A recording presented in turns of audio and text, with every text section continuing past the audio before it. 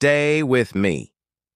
In about 90 seconds, I'm going to show you the actual account balance after 10 years of putting away $500 a month. The number surprised even me. But here's the thing most people miss completely. It's not about the number itself. It's about when you start. Because two people can invest the exact same amount, same monthly contribution, same fund, same return, and end up with completely different outcomes. The only difference? One started 10 years earlier.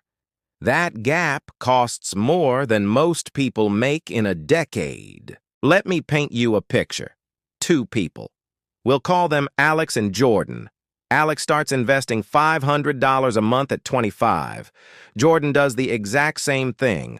$500 a month, same index fund, but starts at 35. Both invest until 65. Alex puts in money for 40 years. Jordan puts in money for 30. The difference in total contributions, $60,000. That sounds manageable, right? Wrong. Here's where the math gets brutal. Alex ends up with over $1.3 million. Jordan ends up with just over $650,000. Same fund, same monthly amount. Jordan is halfway there, and that gap, that $650,000 gap, it didn't come from Jordan investing less per month. It came from one single decision, waiting 10 years to start. Compound interest doesn't care about your reasons. It doesn't care that you had student loans, or that the market looked scary, or that you were waiting until you had more money.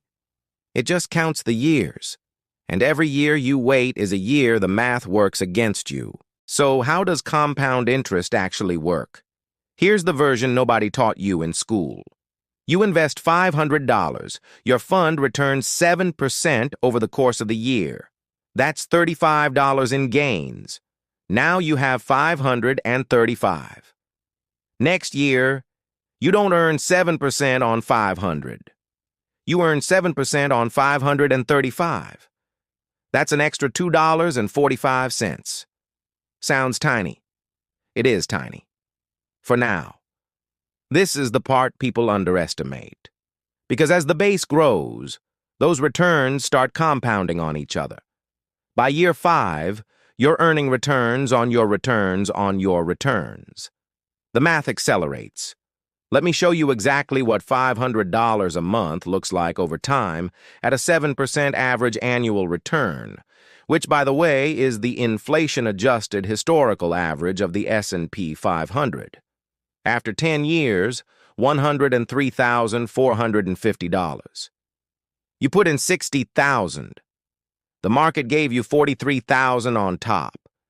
After 20 years, $262,000. You put in $120,000. The market gave you $142,000. After 30 years, $567,000. You put in $180,000. The market gave you $387,000. After 40 years, $1.3 million. You put in $240,000. The market gave you over $1 million. $1 million in gains on $240,000 invested. And the acceleration, the slope of that curve, doesn't get that crazy until around year 25. That's the part most people never reach because they started too late. Now, here's the part that actually changes behavior, because knowing the numbers isn't enough. The real question is, what are you doing with that $500 right now instead? Let's do the math on the most common alternative. The average American keeps their savings in a traditional savings account, earning about 0.4% interest.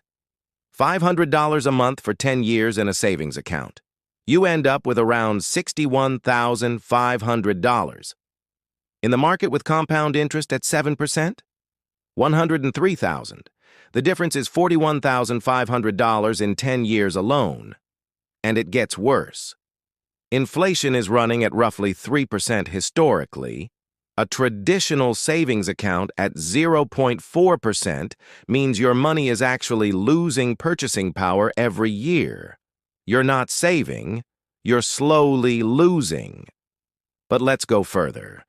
Let's talk about what 1 year of delay actually costs you. If you were going to invest starting today and instead you wait 12 months, you lose one compounding cycle on everything you would have invested.